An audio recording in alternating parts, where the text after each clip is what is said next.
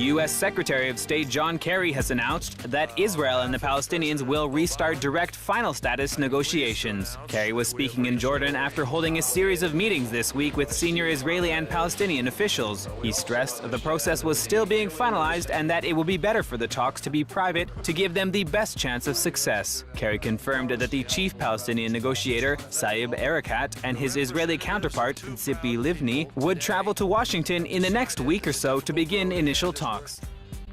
Well, John Kerry has just announced that the peace talks are going to resume in Washington, D.C. Now remember, John Kerry went to the Middle East to talk about this peace agreement 6 times. This was his 6th trip. And on his 6th trip, he's bringing it back to Washington now, which will be the beginning of the peace talks. The Bible says in Daniel 9:27, "And he shall confirm the covenant with many for 1 week. And in the midst of the week, he shall cause the sacrifice and the oblation to cease. And for the overspreading of abominations, he shall make it desolate, even unto the consummation, and that determined shall be poured upon the desolate." What's taking place here, Jesus said, when you see this agreement signed, when you see, really what Jesus was saying, when you see the abomination of desolation spoken by Daniel the prophet standing in the holy place, you know that you're seeing a significant milestone on the signs of the apocalypse, the end times, as it says in Matthew chapter 24, verse 15. Now, when Daniel says, and he shall confirm the covenant with many for 1 week, that's talking about a 7-year agreement. What has happened here is, what was the big hurdle was the Palestinians said, look, we're not even going to come to the table if we're not guaranteed that this agreement is going to give us the pre-1967 borders. The Palestinians have finally agreed to come off that position. John Kerry was able to get them to do this. Let's agree to start there. Take a look at where you were at in 1967, where you're at today. Let's agree to start there and figure out where we can meet in the middle. Well, the middle, folks, would probably be the 1949 border under the Armies agreement, what was also known as the Green Zone.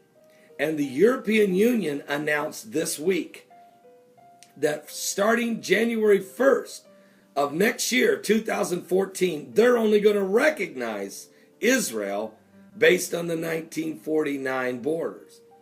And that they're going to do that from the beginning of 2014 to the end of the year 2020, in other words, 2020, or 7 years. This is unbelievable. So is it possible that what's going to take place here is an agreement that's going to coincide with the European Union's already predetermined recognition of a 7-year agreement based on the 1949 borders, giving basically the Gaza Strip, most of the West Bank, and maybe a slice of East Jerusalem to the Palestinians to create their own state?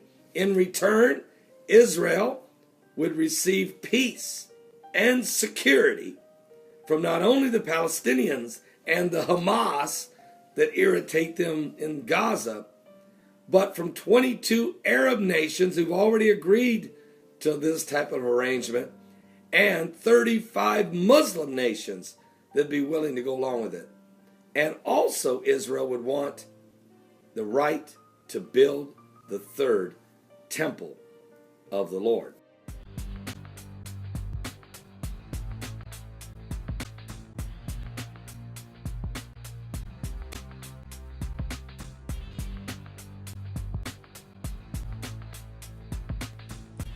And I backed him 100%, and I still do. I love him and respect him. Yeah.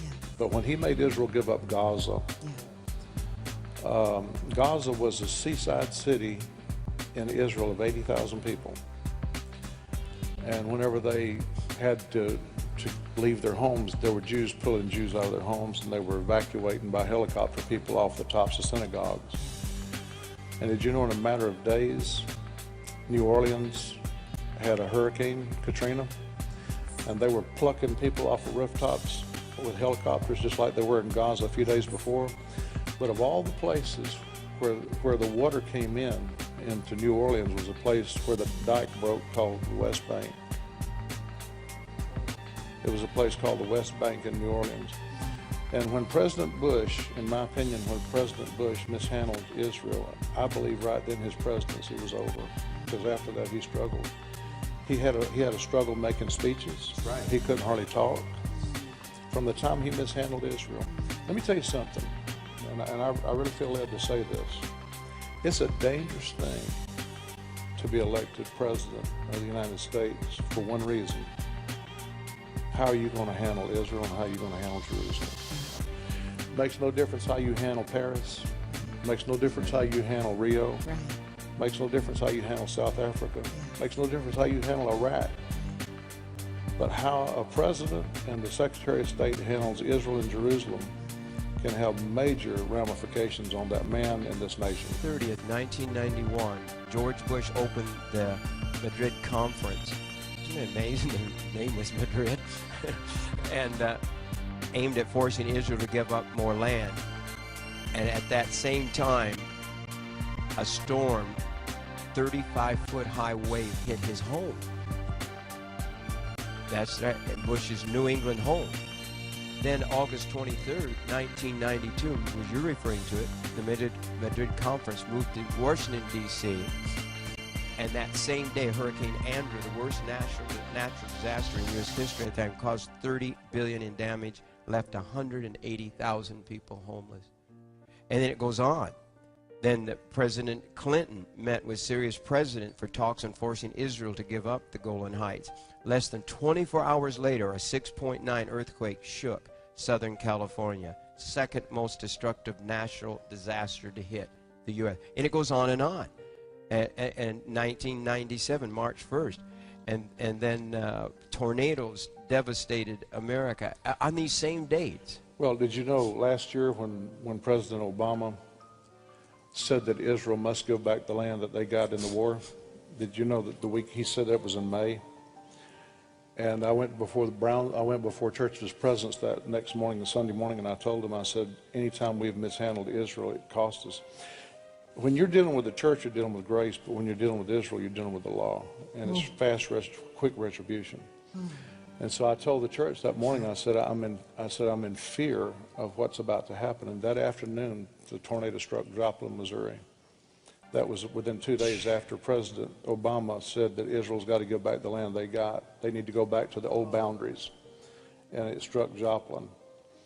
So it doesn't make any difference who we are, what the name of our nation is. If you're dealing with Israel or you're dealing with Jerusalem, you're not talking about grace. You're talking about an eye for an eye and a tooth for a tooth. You're talking about swift retribution. These are 10 events that I don't have time to share with you today. But the big one was when President George Bush pressured Israel to evacuate the Gaza Strip. 8,000 Israeli settlers were forced to leave their homes.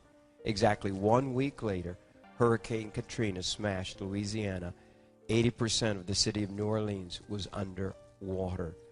And the percentage of the Israeli population that was made homeless by the forced evacuation was almost equal to the same percentage of the American population left homeless by Katrina.